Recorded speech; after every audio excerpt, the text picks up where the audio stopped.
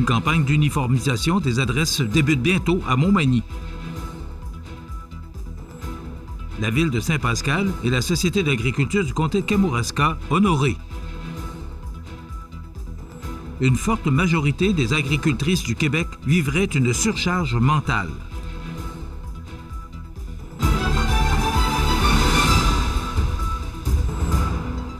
Jeudi 10 octobre 2024. Bonjour mesdames et messieurs, bienvenue à votre bulletin d'information de ce jeudi 10 octobre sur le réseau de télévision CMA-TV.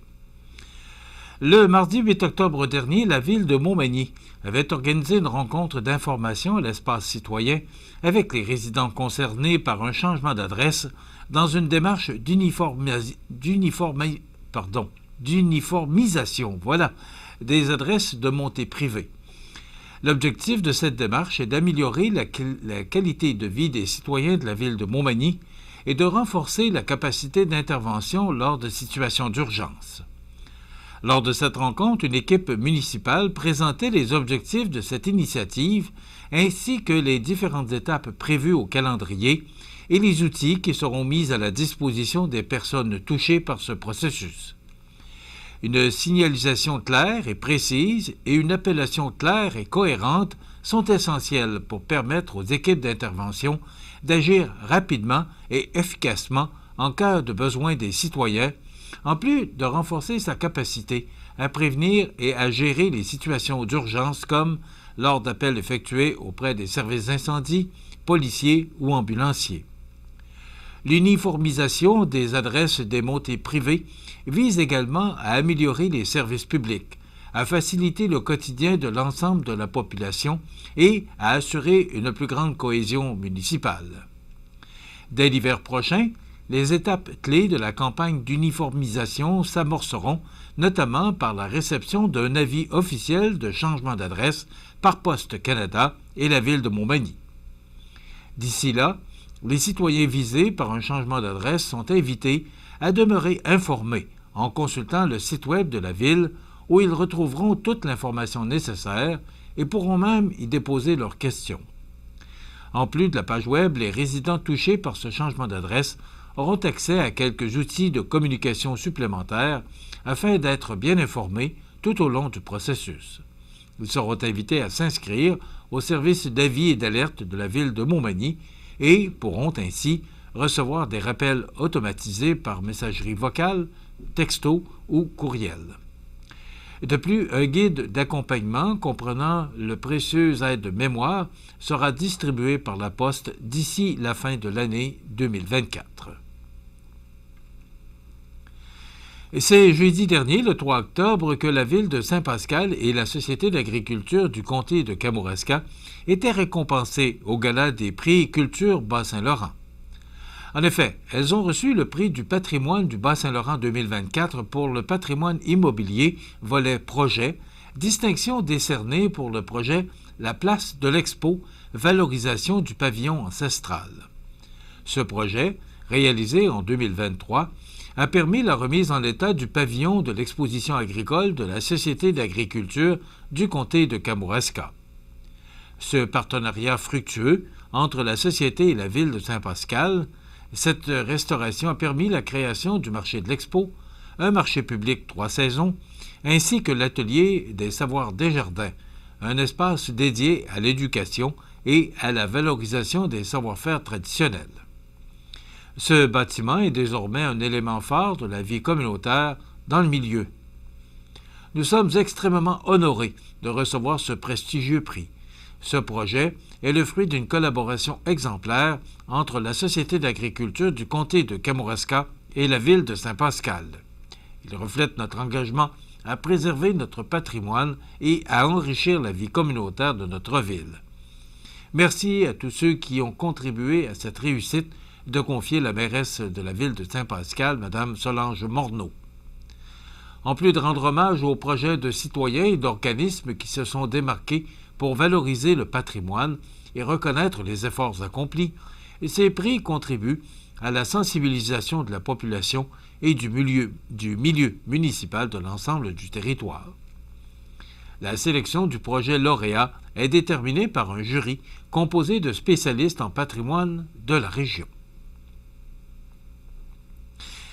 Une forte majorité des agricultrices du Québec vivraient une surcharge mentale. On vous donne tous les détails dans 60 secondes. C'est à travers le respect et le besoin de faire plus pour les familles en deuil et l'expérience qui s'est transmise de père en fils que la Maison funéraire Laurent Normand a su au fil du temps se bâtir une réputation de confiance. La Maison funéraire Laurent Normand à Montmagny. Laissez-nous vous accompagner. Animalerie Montmagny, on aime vos félins, parfois taquins. Oui, vos chiens, même les coquins. Vos oiseaux qui chantent en duo, c'est pour l'amour des animaux. Animalerie Montmagny, pour l'amour des animaux.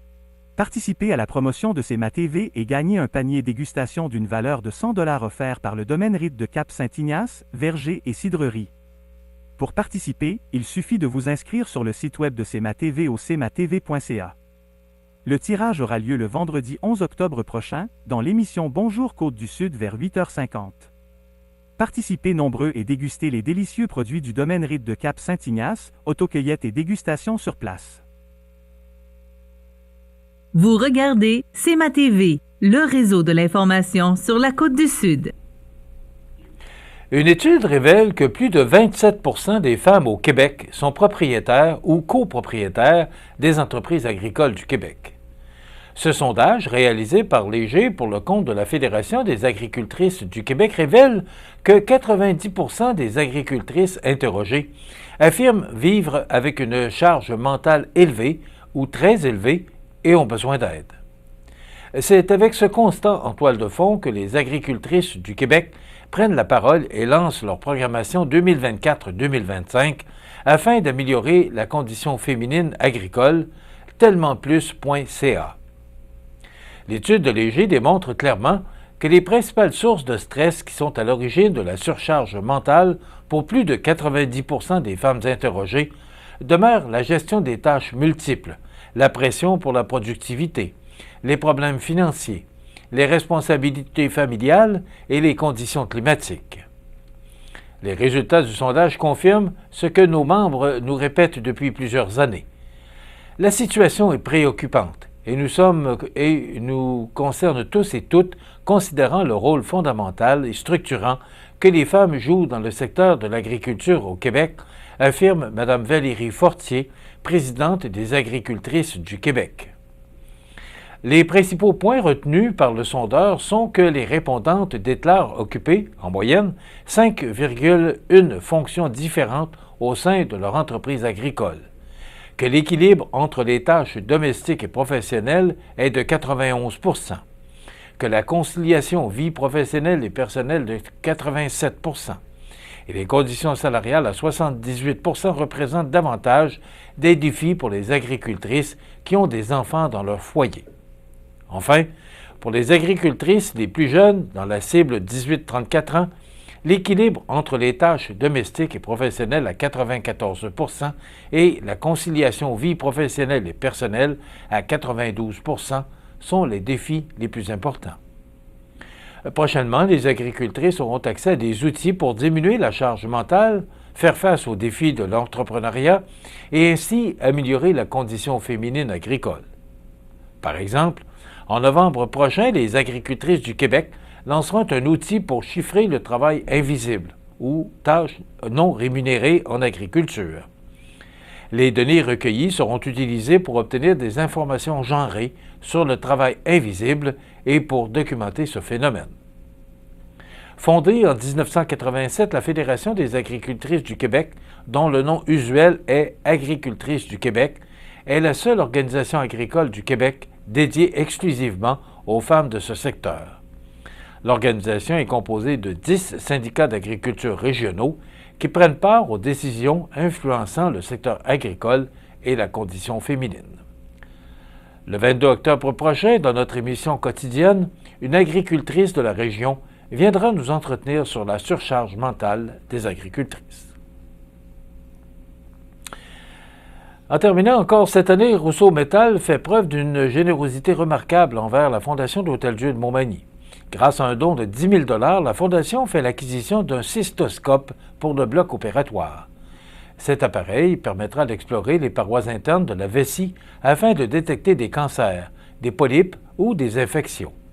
Il permettra aussi de réaliser des interventions pour les retirer. La Fondation de l'Hôtel-Dieu de Montmagny remercie chaleureusement Mylène Couture, représentante de Rousseau Métal, accueillie en salle d'endoscopie par Mme Christine Laprise, directrice exécutive du réseau local des services Montmagny-Lillet, et Caroline Blanchet, infirmière chef de la salle en urologie. Et le week-end dernier, 70 participants ont répondu à l'invitation de l'Association de la construction du Québec, l'ACQ, afin de participer au camp des métiers construction de Sept-Îles. De ce nombre, on retrouvait près de 30 % des femmes et plus d'une vingtaine de membres des Premières Nations. Alors que l'industrie de la construction fait face à un important problème de pénurie de main-d'œuvre, cette formation exploratoire et gratuite aura permis à des jeunes et moins jeunes de vivre une expérience immersive dans le milieu de la construction en se familiarisant avec certains métiers. Des gens voulaient tester leur capacité à travailler sur un chantier, alors que d'autres cherchaient à se réorienter.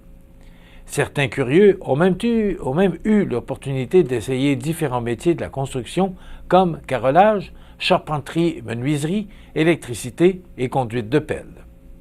Rappelons que d'ici 2028 au Québec, il manquera en moyenne 17 000 travailleurs de la construction. Les sports, présentés par Groupe Corriveau, entrepreneur électricien et plomberie, un appel, 4 services. Groupe Corriveau à Montmagny, 88 248 8992, votre solution. Vous avez des projets de construction ou de rénovation? Pensez Groupe Corriveau, entrepreneur électricien et plomberie. Un appel, 4 services, 88 248 8992, Groupe Corriveau à Montmagny ou groupecorriveau.com. La solution pour du travail bien fait.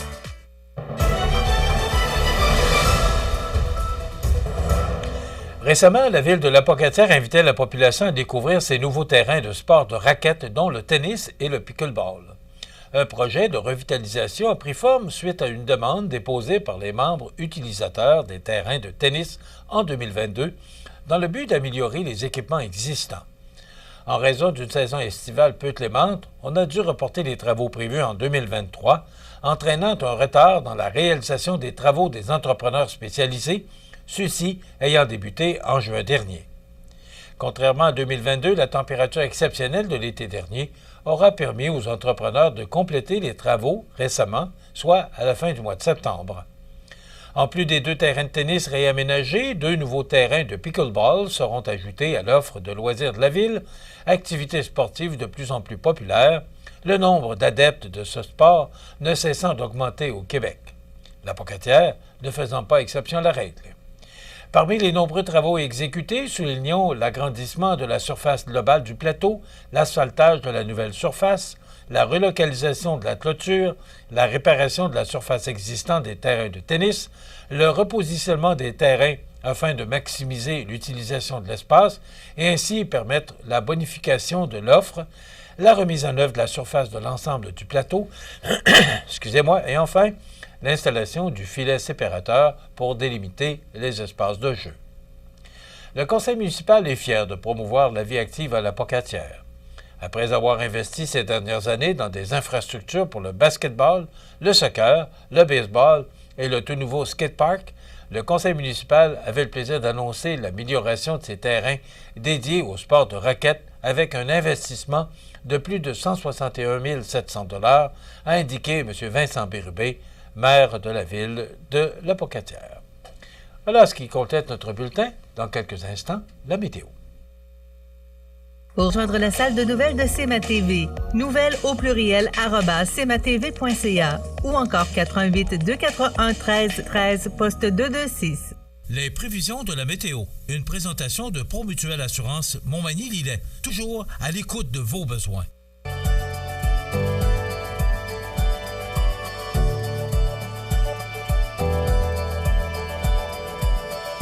Êtes-vous Promutuelle Assurance? 88 248 7940. La la la la la la la.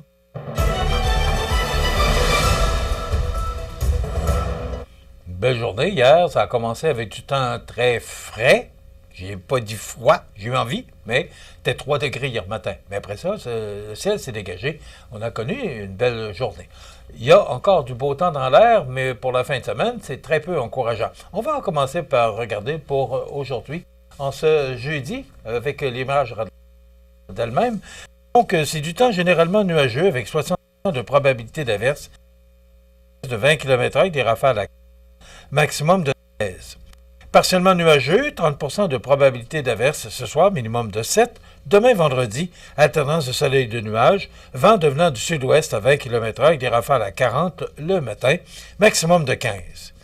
Pour la fin de semaine, d'abord samedi, des averses avec du temps frais, 12 degrés. Pour dimanche, c'est du soleil avec un maximum de 10. Et pour le jour de l'Action de grâce, lundi, de la pluie. Ce sera vraiment sous les normales de saison avec 7 degrés. Les normales de saison, c'est temps-ci de l'année, excusez-moi, les normales de saison, c'est temps-ci de l'année, sont de 11 le jour, 1 la nuit. Le soleil s'est levé à 6h54 ce matin, il se couchera à 18h03. Il fait actuellement 7 degrés à l'extérieur des studios de CMA-TV. Les vents soufflent de direction sud-ouest à 20 km/h. L'humidité est à 90% et la pression barométrique est à 101,1 kPa. Maintenant, pour le bateau qui fait la navette entre l'île aux Grues, les départs auront lieu à 9h30 ce matin et 20h45 de l'île aux Grues et de Montmagny. 2 départs auront également lieu, soit à compter de 10h45 ce matin et 21h30. Donc, ce sera nuageux aujourd'hui, du soleil demain. Et pour la fin de semaine, ce sera de la pluie samedi, du soleil dimanche et le retour de la pluie pour lundi. Je vous rappelle que lundi, nous serons en congé de l'Action de grâce, donc toute l'équipe qui prendra cette petite journée de congé. On sera de retour le mardi. Dans quelques instants, on vous propose la chronique Cultiver sa santé mentale avec Mélissa Boilard et on va parler de dépression saisonnière parce que les journées raccourcissent, donc ça va être très intéressant comme chronique. Et on reçoit en rediffusion Christine Marois, auteure, et Sylvie Marois, recherchiste. On va reparler de leur livre « La source de notre histoire, les Marois en Amérique ». Pourquoi on repasse cette entrevue? C'est qu'en fin de semaine, samedi, elles seront à Livre en tête pour autographier le livre et jaser avec les Marois et autres noms de la région. Donc, ce sera intéressant. Alors, ne manquez pas cette entrevue avec Christine et Sylvie Marois. Les deux seront dans quelques instants. Il y aura aussi la pouponnière, l'actualité et les avis de dessert. Voici le menu de cette émission de ce jeudi 10 octobre. Bonne émission.